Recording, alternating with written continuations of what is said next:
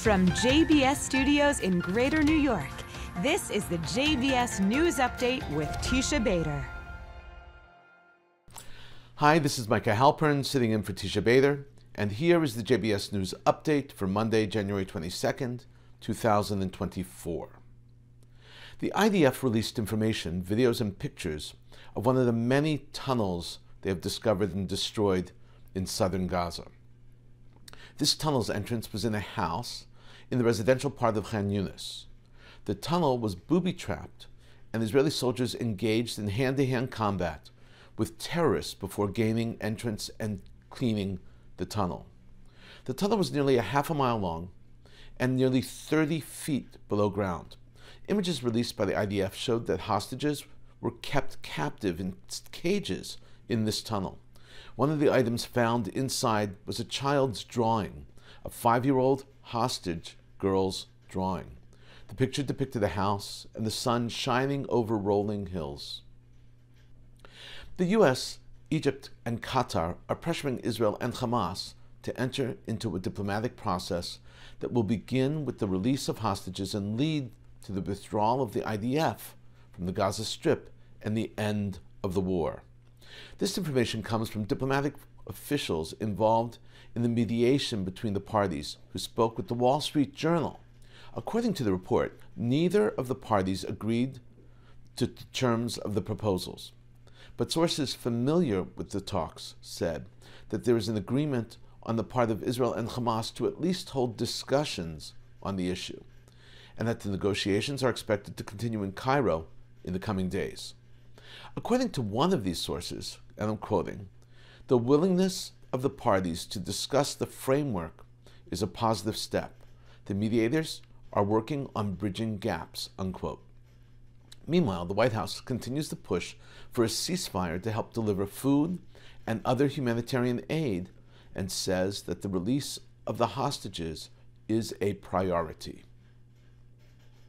Saudi Arabian Foreign Minister said that there can be no normalization of ties with Israel without resolving the Palestinian issue. The Foreign Minister was speaking to CNN in an interview that aired on Sunday morning. Asked if there could be no normal ties without a path to a credible and irreversible Palestinian state, Prince Faisal bin Farhan Al Saud responded, and I'm quoting here, "That's the only way we're going to get the benefit.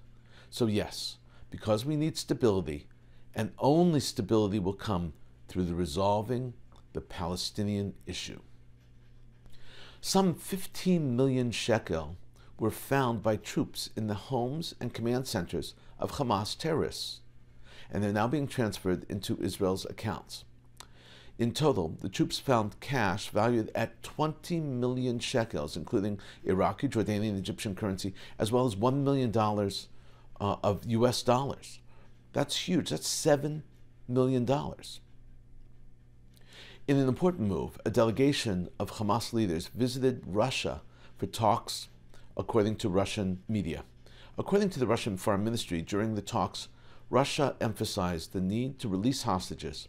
It's important to follow Hamas's political moves in the international community and to keep track of their friends and allies.